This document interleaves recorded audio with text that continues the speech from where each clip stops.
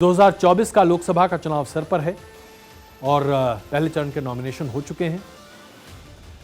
ऐसे में एक दूसरे पर दोनों पक्ष निशाना बना रहे हैं और इस वक्त निशाना प्रधानमंत्री नरेंद्र मोदी की सरकार की एक महत्वाकांक्षी पेंशन स्कीम पर है, अटल पेंशन योजना। इस योजना को लेकर केंद्रीय वित्त मंत्री निर्मला सीतारमण और कांग्रेस के कम्युनिकेशन प्रमुख जयराम रमेश के बीच काफी जबानी जंग छिड़ी हुई है। सोशल मीडिया एक्स पर जयराम रमेश ने एक दूसरे पर अटल योजना को लेकर बार बार पलटवार किया है।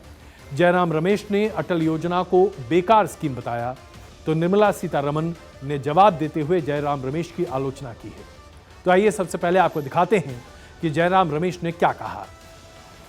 वित्त मंत्री 2024 मार्च को बेंगलोर में अटल पेंशन योजना के फायदे गिना रही थी। उनके एक ही दिन के बाद यह बात सामने आई कि 1/3 के करीब सब्सक्राइबर्स हैं जो स्कीम से जुड़े हुए हैं, उनसे स्कीम में जोड़ने की इजाज़त नहीं ली गई है।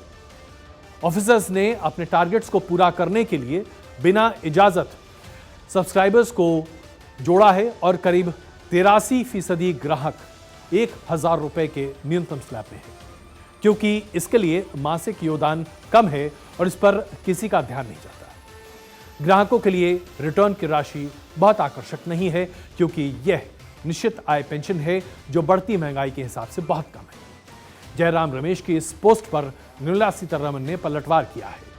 निर्मला सीतारमण ने जयराम रमेश पर हमला बोलते हुए कहा कि एक अच्छी पेंशन स्कीम है जिसका डिजाइन बुनियादी सिद्धांतों को प्रयोग करते हुए है।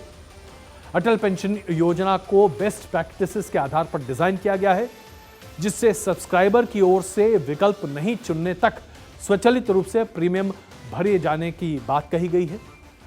जो भी सब्सक्राइबर अगर इससे अलग अपने आप को रखना चाहता है वो इस स्कीम से अपने आप को अलग कर सकता है। इसमें लोगों को हर साल इस स्कीम को जारी रखने के लिए निर्णय लेने के बजाय इसे बंद करने के निर्णय लेने का अधिकार दिया गया है। इससे लोग अपने रिटायरमेंट तक चला सकते हैं और ये एक बहुत ही अच्छी बचत स्कीम है। सोशल मीडिया एक्स पर लंबी चौड़ी पोस्ट में वित्त मंत्री ने जयराम रमेश पर जमकर हमला बोला। उन्होंने लिखा कि जयराम रमेश इसे फिक्स्ड इनकम पेंशन बता रहे हैं, जबकि उन्होंने फैक्ट चेक नहीं किया है। वित्त मंत्री ने दिग्गज अर्थशास्त्री केस स्टर्नस्टीन और नोबेल विनर रिचर्ड थैलर को भी उनके स्कीम्स के हवाले से भी बताया कि ये स्कीम असंगठित क्षेत्र के लोगों के लिए एक शानदार स्कीम है। अटल पेंशन योजना में श्रमिकों का योगदान साल दर साल जारी रहता है। जब तक ग्राहक योजना बंद नहीं करना चाहते तब तक इसे चलाया जा सकता है। स्कीम पर 8% की न्यूनतम गारंटी है, भले ही ब्याज दर या रिटर्न कुछ भी हो। कांग्रेस पार्टी वोट बैंक की राजनीति या अल्पसंख्यक तुष्टीकरण के नाम पर लोगों को धोखा दे रही है। ये योजना गरीबों और निम्न वर्ग के लोगों के लिए बनाई गई है। यानी जिस स्कीम को कांग्रेस आज बेकार बता रही है, उस योजना को केंद्रीय वित्त मंत्री कह रही है कि असंगठित क्षेत्र के लोगों के लिए एक शानदार योजना है। इस स्कीम से 60 साल की उम्र के बाद काफी ज्यादा फायदा होता है। ऐसे में आइए जरा आपको बताते हैं कि अटल पेंशन स्कीम क्या है। 9 मई 2015 को अटल पेंशन स्कीम लॉन्च की गई थी।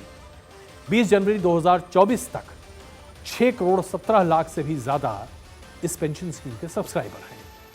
19 जनवरी 2024 तक 34,000 करोड़ से भी ज्यादा रुपए अर्जित किए जा चुके हैं।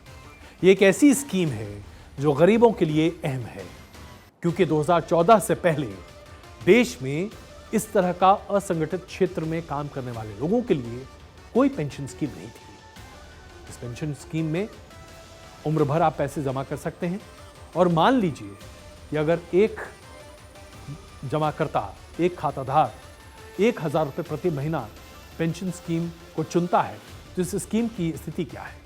18 साल की उम्र में अगर आपने इस स्कीम को शुरू किया तो प्रति महीने 42 रुपये ही आपको चुकाने पड़ते हैं, और अगर 28 साल की उम्र में निवेश करना शुरू किया तो प्रति महीने 97 रुपए। मान लीजिए कि किसी ने 38 साल की उम्र में इस स्कीम को शुरू किया, तो प्रति माह 240 रुपए जमा करिए और इस स्कीम का फायदा उठाइए। अब आपको हम बताते हैं कि इस स्कीम के फायदे क्या हैं। असंगठित क्षेत्र के लोगों के लिए यह स्कीम एक मास्टरमाइंड है, क्योंकि इसमें हर महीने गारंटेड पेंशन मिलता है। लाभार्थी की मृत्यु की स्थिति में पेंशन की पूरी राशि निकटतम रिश्तेदार पति या पत्नी को मिल जाती है। पति और पत्नी की मृत्यु पर अगर ऐसी स्थिति आ जाती है कि दोनों में से कोई ना रहे, तो नॉमिनी को 1,70,000 रुपए से 8,50,000 रुपए तक इस स्कीम के तहत मिलता है। तो ये स्कीम अपने आप में एक बड़ी ही कारगर स्कीम है। इसका फायदा लोगों तक पहुंच रहा है। 6 करोड़ से ज्यादा इसके लाभार्थी हैं।